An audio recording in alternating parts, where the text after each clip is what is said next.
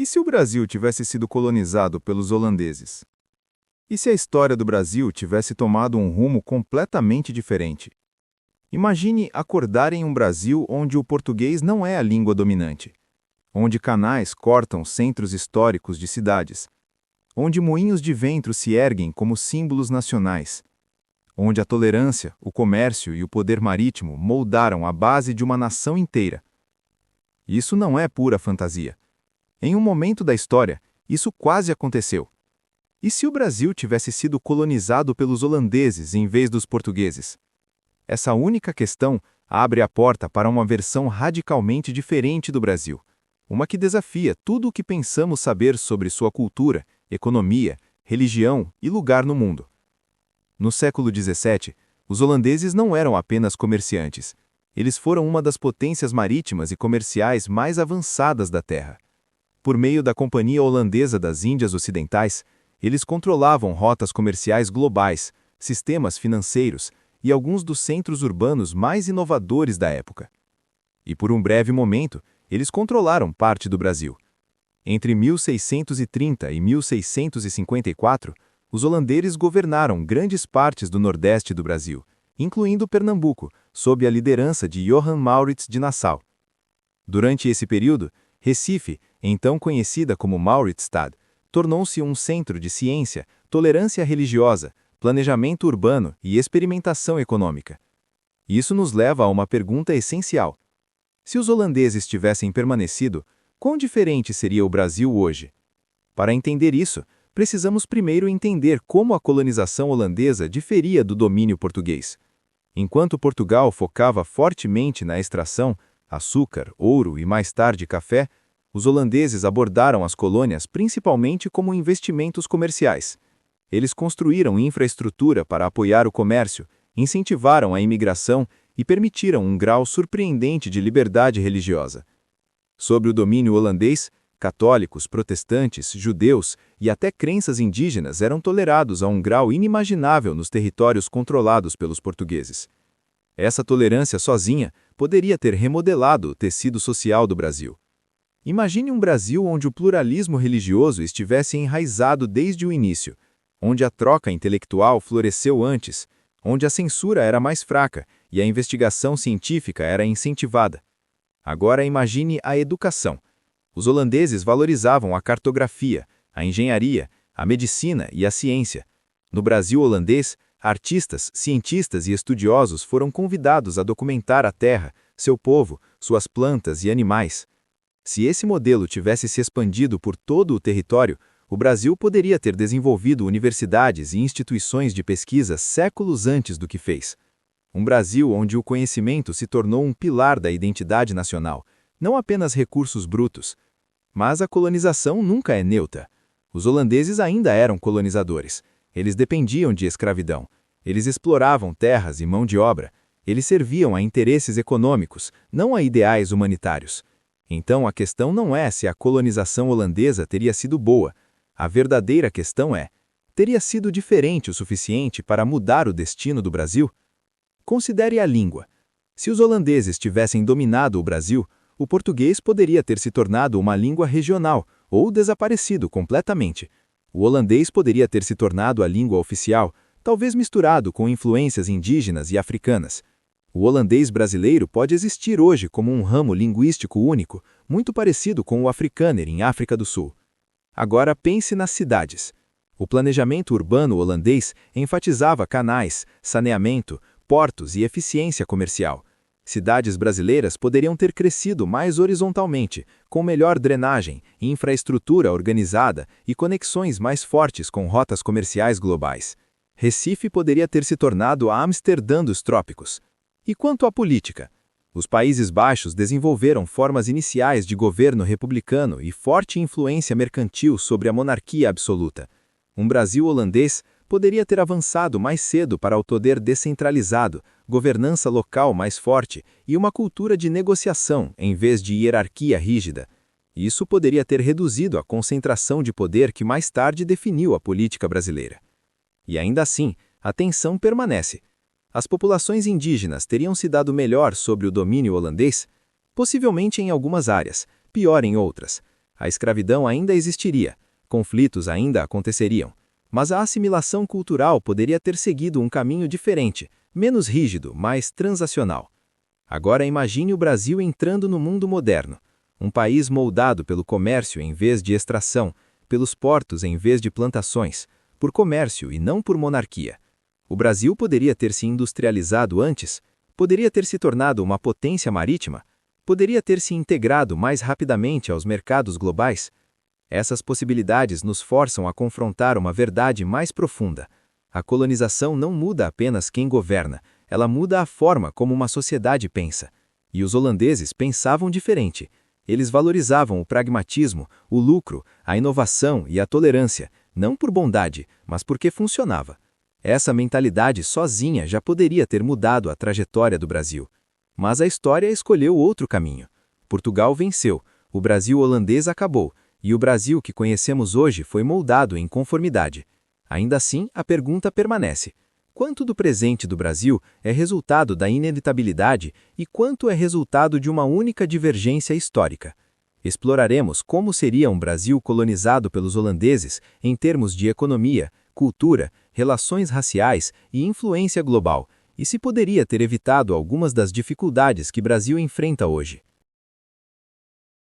Um Brasil diferente: economia, sociedade e poder.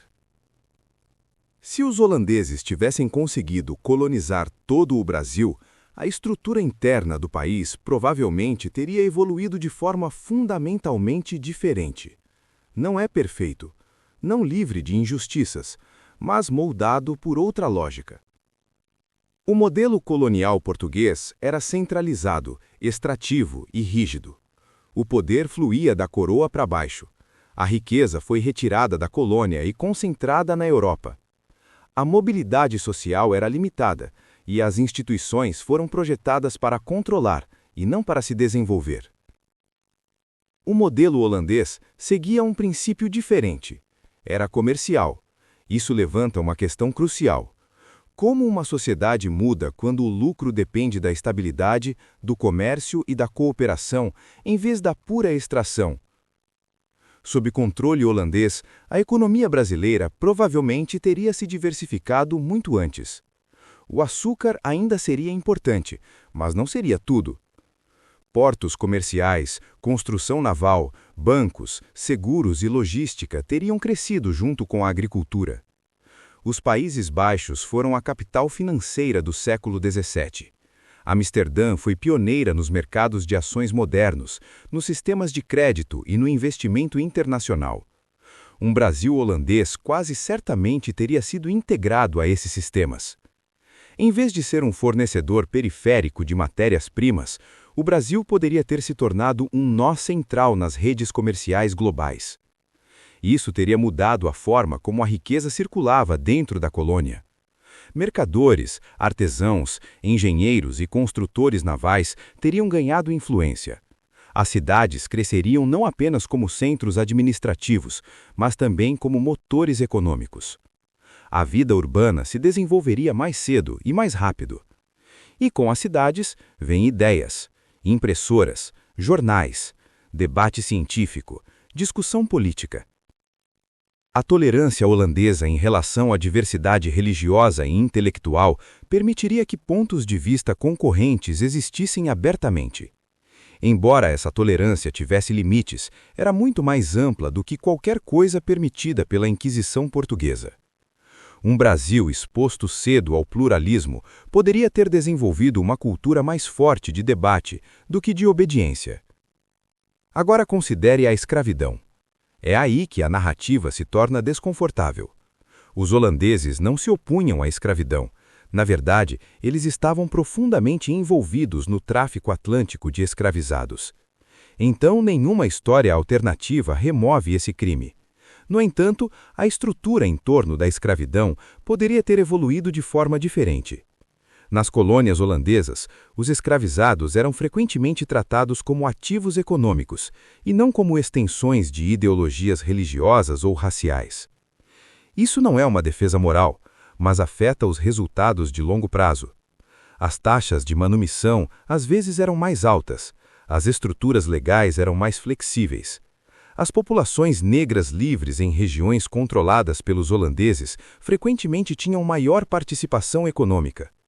Isso poderia ter resultado em uma hierarquia racial mais complexa e menos rígida do que a estabelecida sob o domínio português.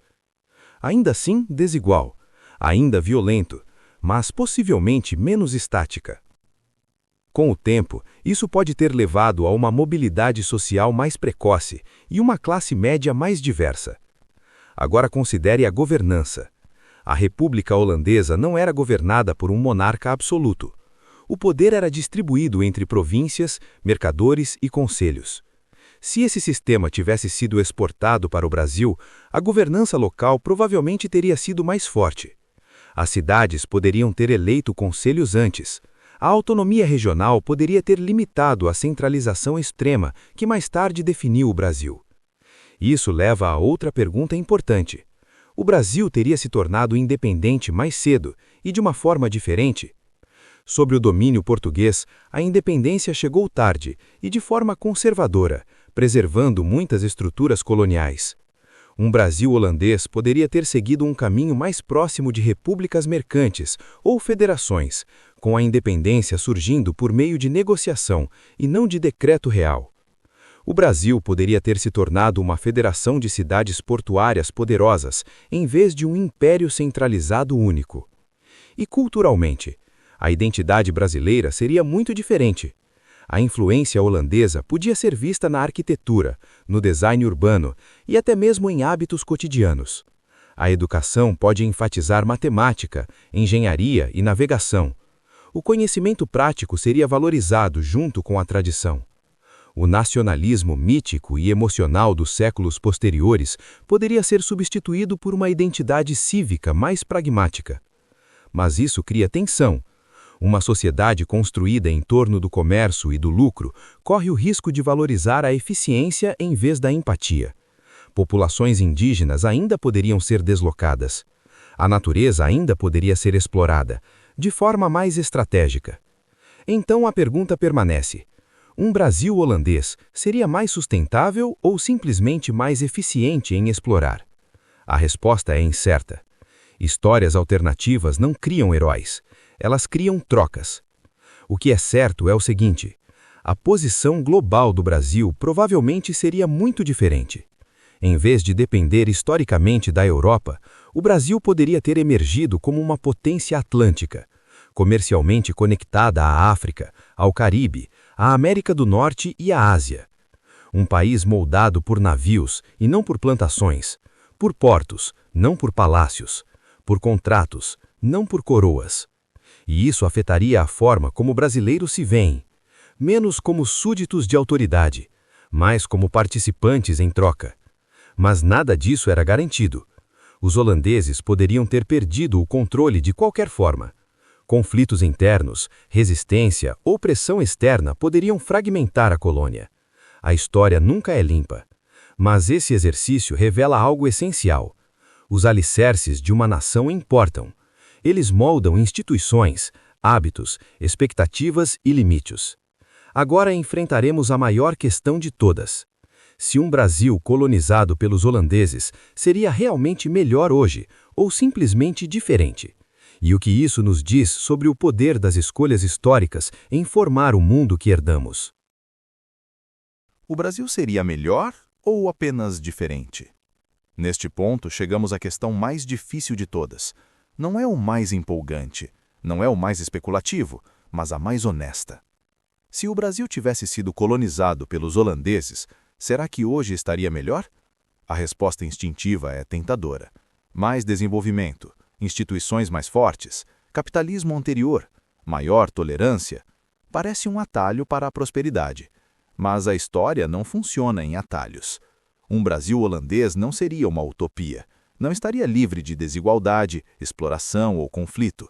Ele simplesmente refletiria um conjunto diferente de prioridades, enraizadas no comércio em vez de monarquia, contratos em vez de coroas. E essa distinção importa mais do que parece.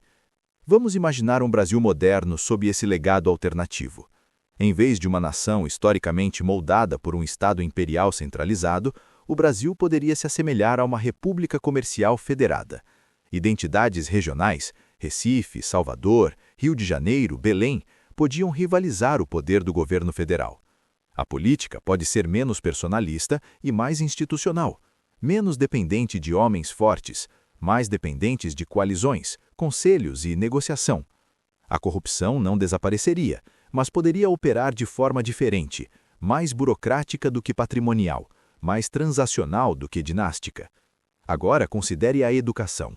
A ênfase cultural holandesa em alfabetização, contabilidade, engenharia e navegação poderia ter impulsionado o Brasil para a educação técnica muito antes. Universidades podem surgir antes. A cultura científica pode ter criado raízes antes do século XIX. Isso pode se traduzir em um Brasil moderno, com ecossistemas de inovação mais fortes, infraestrutura melhor e integração mais profunda nos mercados globais. Mas há um custo. Sociedades movidas principalmente pelo comércio tendem a medir o sucesso em números. Eficiência vira virtude. Crescimento se torna justificativa. Isso levanta uma possibilidade preocupante. Um Brasil holandês seria mais humano ou simplesmente mais eficiente em desigualdade? A escravidão, mesmo que legalmente desmontada antes, deixaria cicatriz. O deslocamento indígena ainda ocorreria. A exploração ambiental pode acelerar sob um planejamento racional em vez de negligência caótica. Florestas podem não cair por ignorância, mas por cálculo. E cultura? A cultura brasileira, como a conhecemos, profundamente emocional, musical, sincrética, expressiva, foi forjada em contradição, dor e alegria, fé e rebeldia, ordem e improvisação. Uma sociedade mais pragmática poderia produzir menos caos exuberante e talvez menos intensidade cultural. O carnaval pode existir, mas diferente. A religião pode ser mais tranquila, mas mais rigorosa. A identidade talvez seja mais clara, mas mais fria. Então, o que ganhamos? Estabilidade, instituições, previsibilidade. E o que perdemos? Espontaneidade, mito, condição. Isso não é um julgamento, é uma troca. Agora, afaste o zoom. O que este experimento mental realmente revela não é a superioridade de um colonizador sobre o outro, mas o poder das escolhas fundamentais. Sistemas coloniais não são apenas arranjos políticos, são arquiteturas psicológicas. Eles moldam a forma como as pessoas se relacionam com autoridade, risco, comunidade e futuro. O Brasil português herdou uma visão de mundo de hierarquia, dependência e autonomia retardada. Um Brasil holandês herdaria uma visão de mundo de negociação, lucro e participação precoce. Nenhum destino, mas ambos deixam longas sombras. Isso leva a uma percepção mais profunda. Os maiores desafios do Brasil hoje não são apenas econômicos ou políticos, eles são institucionais e culturais. Eles vêm de como o poder originalmente foi distribuído, de quem podia decidir, de quem foi ensinado a obedecer. O passado não determina o futuro, mas estabelece as condições iniciais. E é aqui que a história volta para nós. Por que perguntar, e se o Brasil tivesse sido colonizado pelos holandeses, não é realmente sobre os holandeses, é sobre entender que o Brasil poderia ter sido muitas coisas. E, portanto, o Brasil ainda pode se tornar muitas coisas. A história explica as limitações, mas não justifica a renúncia. As instituições podem ser redesenhadas, a cultura pode evoluir, a educação pode reprogramar as expectativas. Nós não podemos mudar quem chegou às nossas costas há séculos, mas podemos escolher o que fazer com o legado que eles deixaram para ele. E essa pode ser a lição mais poderosa de todas. Histórias alternativas não são fantasias, elas são espelhos. Elas nos forçam a fazer perguntas desconfortáveis sobre por que as coisas são como são e se precisam continuar assim. Então, da próxima vez que alguém disser, o Brasil é assim porque sempre foi, lembre-se, não precisava ser, e ainda não tem. Imagine estar na costa brasileira no século XVII, diferentes navios no horizonte, bandeiras diferentes, regras diferentes. Uma pequena mudança e uma nação totalmente diferente se desenrola. A história é frágil e o futuro também. Se você gostou dessa jornada para um Brasil alternativo, deixe um curtir, isso ajuda esse canal a crescer. Se inscreva no canal Como Seria Se, para explorações mais profundas das histórias que nunca aconteceram, mas que ainda moldam quem somos. E comente abaixo, você acha que um Brasil colonizado pelos holandeses seria melhor ou apenas diferente? Sua resposta pode dizer mais sobre o presente do que sobre o passado.